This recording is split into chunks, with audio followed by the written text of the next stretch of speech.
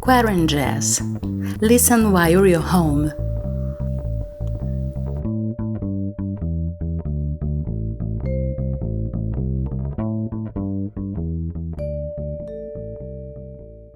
Hello and welcome to the 29th episode of QuaranJazz, your weekly update on what is happening on the jazz scene during the year of 2020. I'm Geisa Fernandes, singer, songwriter, music researcher from Rio de Janeiro, Brazil, and every week I tell you a different story about how is this year going in some part of the world of jazz.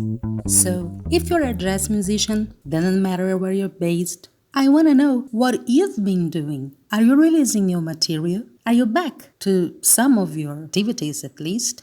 Do you like this new normal? I would love to know your opinions about these subjects, so drop me a line. It's very easy. You just have to look at the description of this episode and you will find the links to contact me. It can be from my website, geisafernandes.com, or you can also join the group The Touring Jazz Musician on Facebook. I've created this group after a guide that I wrote on jazz festivals that accept submissions directly from artists. So, if this is your thing, join the discussion, The Touring Jazz Musician, on Facebook.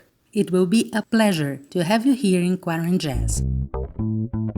And for all the jazz fans, QuaranJazz has also its own playlist on Spotify, with all the songs featured during the episodes and weekly updates. No talk, all jazz. And let's check one of the new tracks in QuaranJazz, the playlist on Spotify.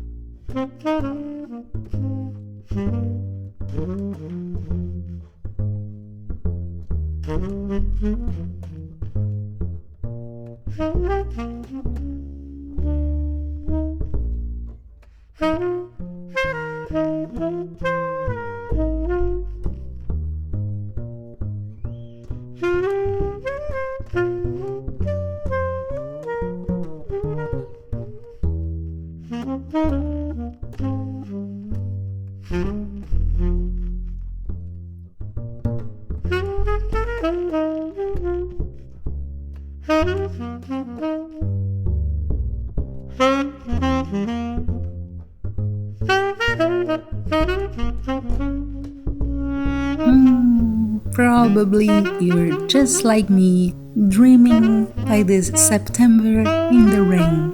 One of the tracks added this week to our QuaranJazz playlist on Spotify. No talk, all jazz. And today we are going to learn more about the Dream Maker. Directly from San Francisco, California, USA, my guest this week is saxophonist, composer, and music producer Solomon Alber. And in my very first contact to him, you know what Solomon said? That he's a long-time fan of QuaranJazz. Well, I'm always a sucker for compliments, but I must confess, I really like it to hear that. So, thank you very much for that, Solomon. And we'll start, as usual here in the show, by asking you to introduce yourself and tell us about your influences, about your story. Hello, my name is Solomon Alber. I'm a saxophonist, composer, and music producer from the San Francisco Bay Area in California. It is my pleasure to be a part of the QuaranJazz podcast today. With so many music lovers at home right now because of COVID-19, it is podcasts like QuaranJazz that help keep the music alive. Well, we try. Keeping the music alive, I don't know, but we try to do something at least. And thank you so much. That's so sweet. Every week I ask myself why I keep doing this, and words like yours, they really make all the difference. Thank you, really. Thanks a lot, really sweet. So, Solomon, you and music, when did it start? Do you come from a musical family? Was it an early contact? I'm a descendant of Eastern European Jewish immigrants, and music was something that I grew up listening to. Later on, through various recommendations from music teachers and friends, I discovered records by Miles Davis, Charlie Parker, Art Pepper, and John Coltrane. One thing that strikes me is that when we hear these records, there is always something new to discover from them every time. This is when I was really bit by the jazz bug, and music became my whole life. From a young age, I was told of the great commitment that the great jazz musicians of our time had shown to their music, and it was at this time that I began to devote 3 to 6 hours a day to practice. On top of those hours of practice, I participated in the music program at Amador Valley High School, as well as several conglomerate jazz big bands like the SF Jazz High School All-Stars, directed by Paul Contos, and the California Jazz Conservatory Studio Band, directed by Dave Eshelman. You know, Solomon, last week's guest, Jordan Faring, who's also a sax player from California. So as you can see, you guys have a lot in common. Well, he said that the jazz scene in California is quite flourishing. I don't know, did you also experience these scenes? Can you name some of those places? I gained experience performing and gigging in venues around the Bay Area, including Yoshi's, the Sound Room, the SF Jazz Center, as well as several acclaimed colleges, including Stanford University, Cal State East Bay, and the California Jazz Conservatory. And when did the composer come to light? When did you start to write your music?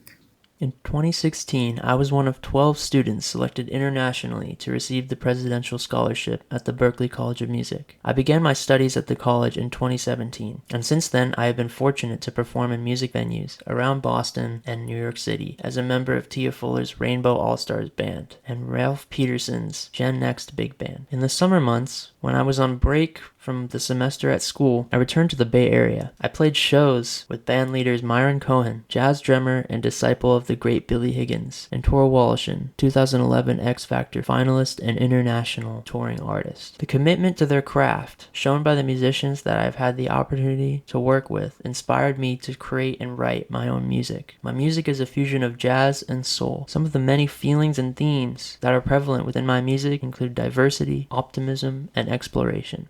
And how is 2020 going for you? I mean, since the COVID crisis started, you have a lot going on. You take part in different projects, right?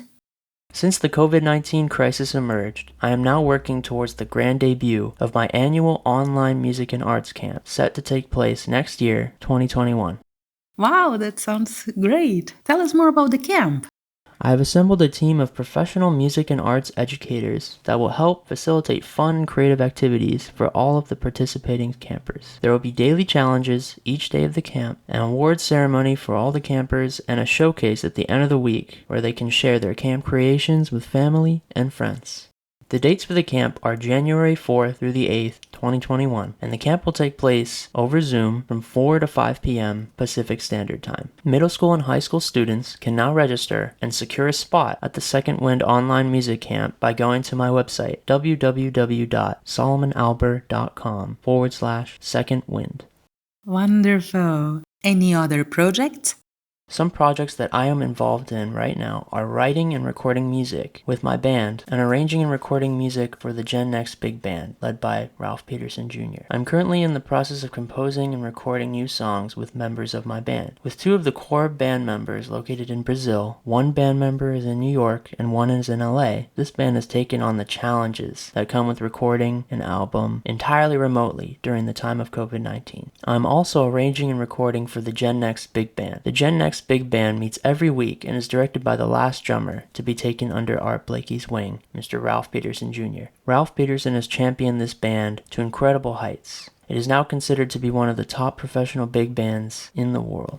The Gen Next Big Band was recently announced the winner of the Rising Star Big Band category in Downbeat magazine. Oh, that's splendid. And what is the current situation in your area concerning the lockdown restrictions? I currently reside in the Alameda County of California. Currently, nearly all non-essential indoor businesses are closed. However, businesses that have incorporated outdoor seating and comply with the safety guidelines set by the CDC are allowed to operate outside. Even though the state is no longer enforcing a statewide stay-at-home order, COVID-19 is still a serious and dangerous virus. It is encouraged that people wear a mask when going outside or are in contact with other people. This is not simply because the CDC issued guidelines for safety during COVID-19, and wearing a mask just happened to be on there. It is to minimize the spread of COVID-19 so that the healthcare workers who are working tirelessly to aid people infected with the virus can do their jobs. Only we can minimize the spread of this virus by staying socially distant, at least 6 feet apart, wearing face masks, and not hosting large events with substantial amounts of people. Many venues are fighting to stay open and need assistance and donations from their communities. Performing musicians, who lost a majority of their work when the stay-at-home order was enforced in March, are now limited in the places that they may safely perform. This has caused a resurgence in the practice of busking outside in the parks.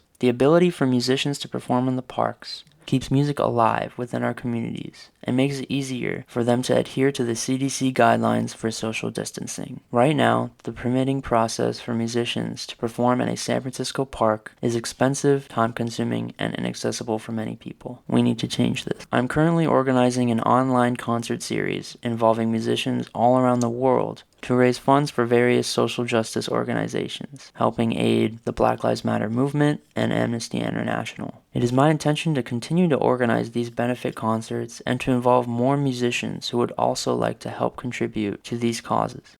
Oh, what a nice action, Solomon, really. And where can we get more information about it? For more information on how to get involved in this concert series, please visit www.solomonalber.com or message me on Instagram or Facebook. Thank you. And what do you think about the new normal? Do you think musicians can cope with that? How do you feel about it? As a whole, I have seen the musicians gain much more openness to lend their talents for the betterment of their communities. I'm feeling optimistic about the music community tackling this new normal.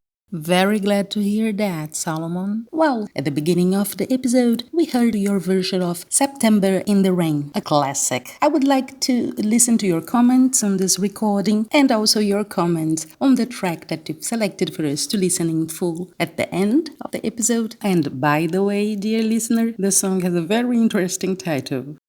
September in the Rain is a song that was written by Harry Warren, prolific jazz composer whose compositions have since become world-famous jazz standards. It was written in 1935 to be featured in the movie Stars Over Broadway, and was also later used in the film Melody for Two in 1937. Since the song's debut, it has been recorded by many famous jazz musicians, like Sarah Vaughan, Johnny Hartman, Frank Sinatra, Dinah Washington, the Beatles, George Shearing, and Cyril Aimee, among many others. When I had the chance to record in the Berklee College of Music studios last year, I met up with my dear friend Nikos Chatsitsakos and my wonderful engineer Matt Ho to record a small EP of jazz standards that are very dear to me and Nikos. Me and Nikos both were very inspired by the recordings that Houston Pearson and Ron Carter graced the jazz world with in 2016. I think we were both enamored by the many complementary sounds that the tenor saxophone and the acoustic bass shared. So we decided that it would be best if we chose songs that provided adequate contrast with each other. And so we settled on September in the Rain, Shawnee Stockings, by the great Count Basie, and Sophisticated Lady, a wonderful ballad made famous by Duke Ellington and his big band. We both enjoyed playing these songs very much.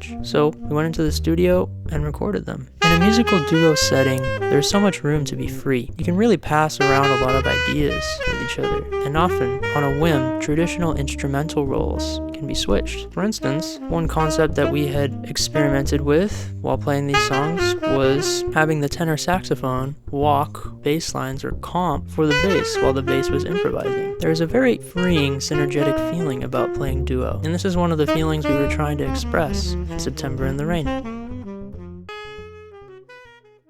The song that you're going to hear is entitled Salmon, Alaska. It was recorded in a professional recording studio at the Berklee College of Music. The song features guitarist João Perusi, bassist Neil LaPola, drummer Guy Fuentes, pianist Warren Petty, and myself on the tenor saxophone. Salmon, Alaska tells the story of one of nature's most exciting dramas, the upriver salmon migration. It is a tale of bravery, struggle, and loss, and one that most Alaskan salmon, which have become a species threatened of becoming endangered, live through each time they make the journey to the freshwater stream of their origin. Much like the journey the salmon must face, the song also takes the listener on a journey. Right now, you can listen to the song Salmon, Alaska on Spotify, YouTube, Apple Music, Bandcamp, and all other streaming services. Please let me know what you think of the song. I would love to hear your feedback and comments about the song. Thank you.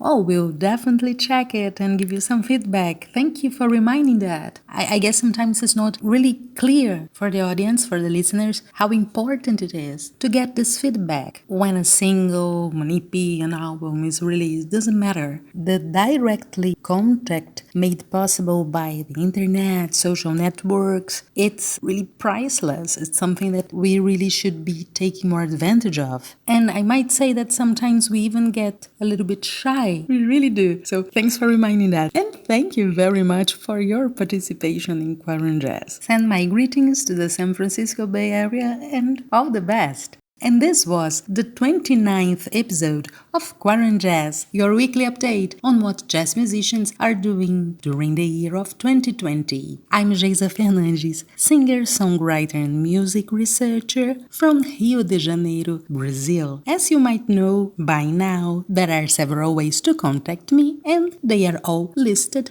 in the description of this episode. There you'll find the direct link to my webpage, geisafernandes.com, as well as a link to my mailing list. And for those who can't resist a group on Facebook, join the Touring Jazz Musician. The group was thought to bring up together musicians that would like to know more about festivals that accept submissions directly from artists. The Touring Jazz Musician on Facebook. See you there. You will also find a link to the Social Distancing Festival page, an amazing call for action that started back there at the beginning of the pandemic. Check it out and enjoy. Thank you for your company, my dear listener. It is what makes it all worthy after all. Thank you very much for staying with us. It's time to bid you farewell. Till next week, and now, ladies and gents, Salmon, Alaska.